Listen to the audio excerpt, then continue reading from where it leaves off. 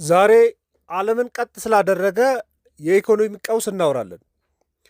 በዓለም ላይ የተፈጠሩ ትልልቅ የሚባሉና ዓለም ላይ ተጽዕኖ የፈጠሩ የኢኮኖሚ ቀውሶችን ማቅረብ ከጀመርን ዛሬ 13ኛ ክፍል ላይ ደርሰናል እና ብዙዎቻችሁ ያሳለፋችሁት ነው የምታውቁት ነው ብዬ የማምንበት ነው። 2020 ላይ የተፈጠረው የኮቪድ-19 ወረርሽኝ ማለት ነው። የዛሬ 6 ዓመት የነበረ ነው። ብዙዎቻችሁ ኤክስፒሪየንስ ያደረጋችሁት ነው። ግን የዓለምን ኢኮኖሚ ሁኔታ በጣም የለወጠ ነው። በቀላሉ የሚታይ አልነበረም እና አስቡት፣ በቃ የሆነ ቀን ስንነቃ ዓለም ፖዝ አድርጋ ነው ያገኘናት። በረራዎች ቆመው ነበር። ጎዳናዎች በሙሉ ባዶ ሆነው ነበር። ቢዝነሶች ተዘግተው ነበር እና ከ2020 እስከ 2022 በዋናነት እነዛ 3 ዓመታቶች በዛ ጊዜ ውስጥ እንግዲህ በዘመናዊ ታሪክ ውስጥ እጅግ በጣም ከፍተኛ የኢኮኖሚ ድንጋጤ የፈጠረ ቀውስ ነው። እንዳውም በዓለም ላይ ከአንደኛው ዓለም ጦርነት በላይ የሰዎች ሕይወት የጠፋበት ነው።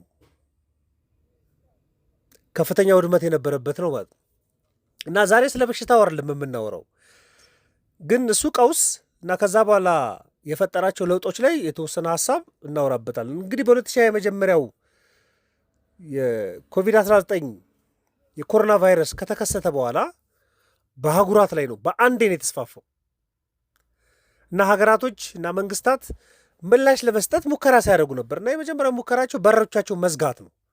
ከቻይና ተነሳ ተባለ። በጣም ብዙ ሀገራቶቻቸው ሎክድ ነው ያደረጉት፣ በሮቻቸውን በሙሉ ዘጉ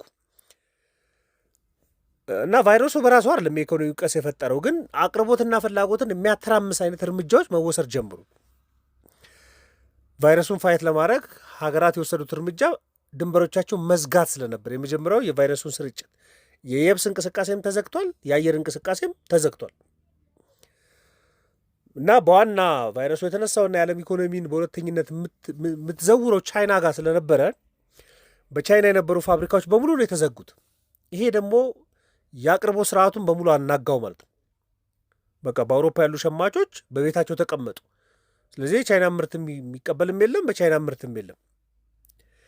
የአገልግሎት ዘርፉ ቆሟል። በቃ በረራዎች ቆመዋል፣ ሆቴሎች ቆመዋል፣ የጉብኝቶች ቆመዋል፣ ኢቨን ትምህርት ቆሟል። በሮች መዝጋት ነው የተከናወነው እና እንዳውም አንዳንዴ ከ2008 የፋይናንሻል ቀውስ ጋር ይነጻጸራል ጉዳዩ እና 2008 የነበረው ፋይናንሻል ቀውስ የፋይናንሻል ስርዓቱን ነው ያዛባው።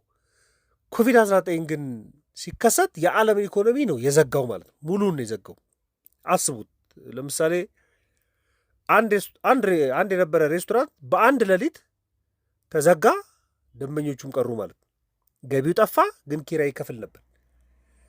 ኤክስፖርት ሴክተሩ ላይ ወደ ውጭ ንግድ የሚሳተፉ በሙሉ ስራውን ያጡት፣ የሚላከው ምርት አልነበረም። ከውጭ ያስመጡ ኢምፖርት ያደረጉ የነበሩ ኢኮኖሚዎች በሙሉ ተዘጋ። ሸማች የሚፈልገውን ነገር ከውጭ ማግኘት አልቻለም። የመጀመሪያዎቹ ፌዞች ላይ እንደዛ ነው እና በዓለም ላይ ሚሊዮኖች ናቸው ስራ የጠፉት። 255 ሚሊዮን ስራዎች ናቸው የጠፉት በዓለም ላይ። ኢማጂን፣ እንደዚህ በዓለም ታሪክም ጠፍቶ አያውቅም።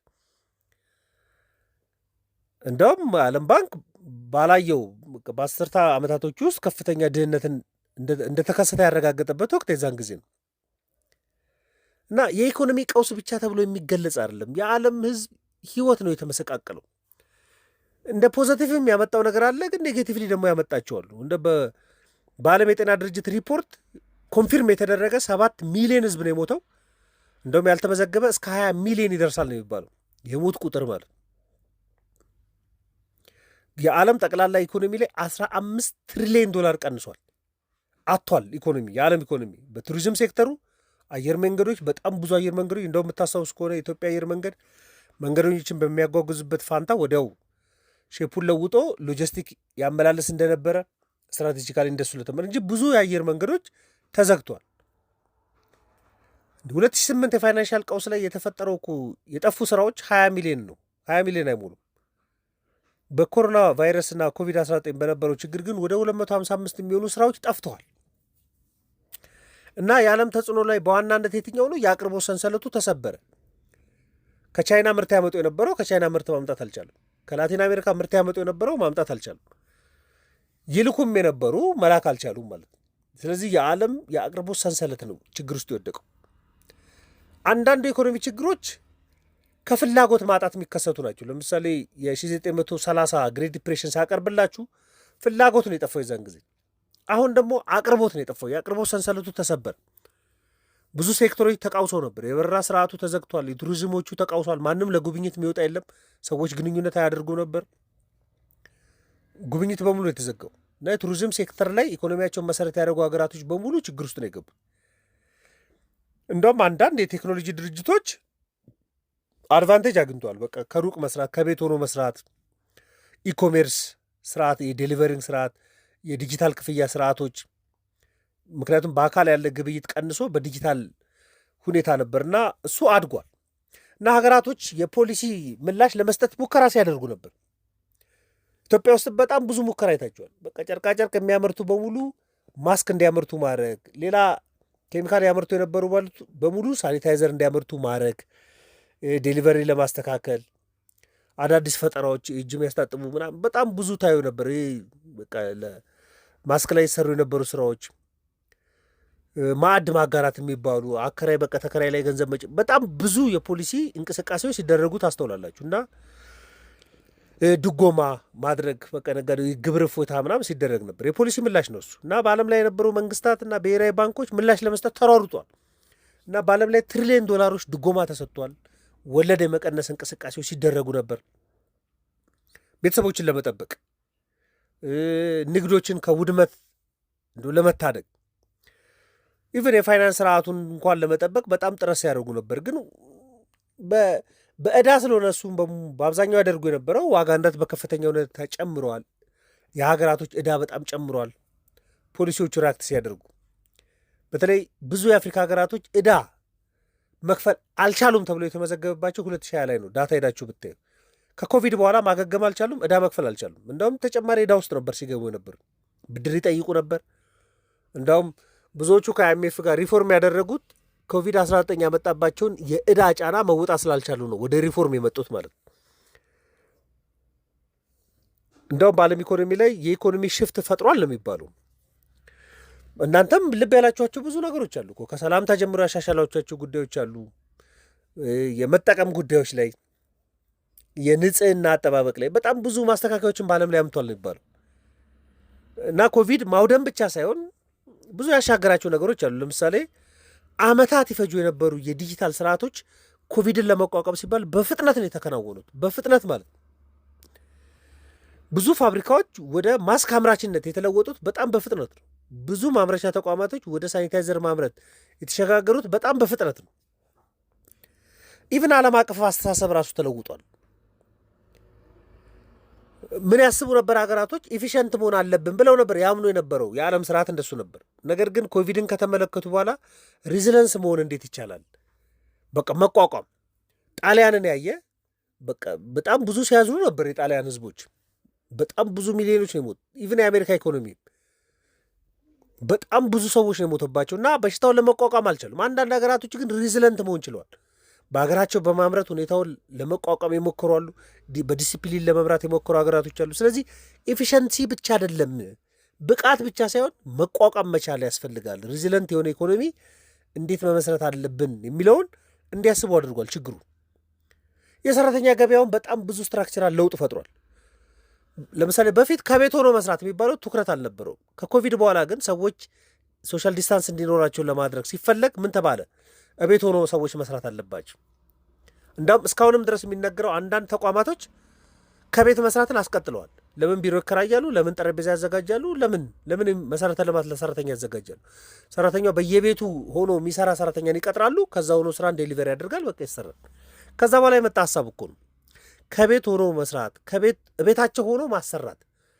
እኔ ቤቴ ሆኜ አገልግሎት መሰጥ ከሆነ በቃ ቤቴ ችያለሁ፣ ጠረጴዛዬን ችያለሁ፣ ቤቴ ውስጥ ያለው መሰረተ ልማቶች በሙሉ ችያለሁ፣ መብራቱንም ከቤቴ ችያለሁ።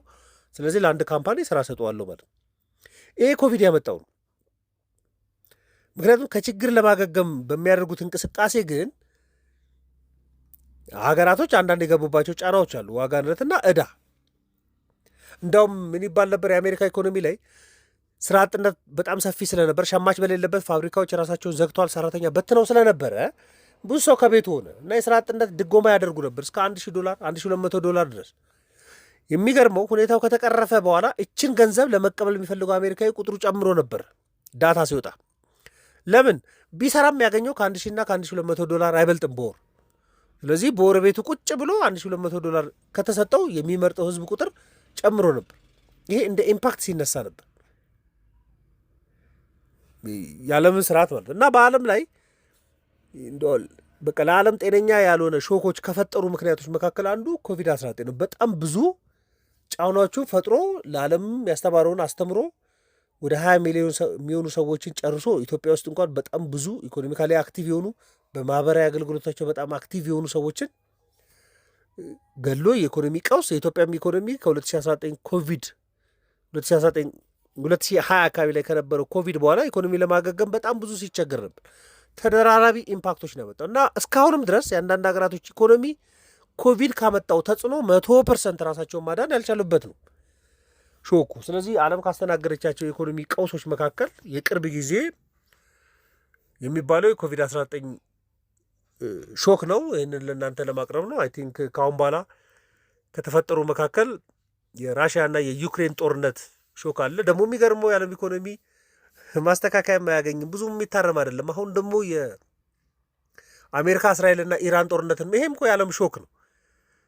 ስለዚህ ከ14ኛው ክፍለ ዘመን ጀምሮ ዓለም ያስተናገደቻቸው ግዙፍ የሚባሉ የኢኮኖሚ ቀውሶችን እያቀረብኩላችሁ 13ኛ ደርሰናል።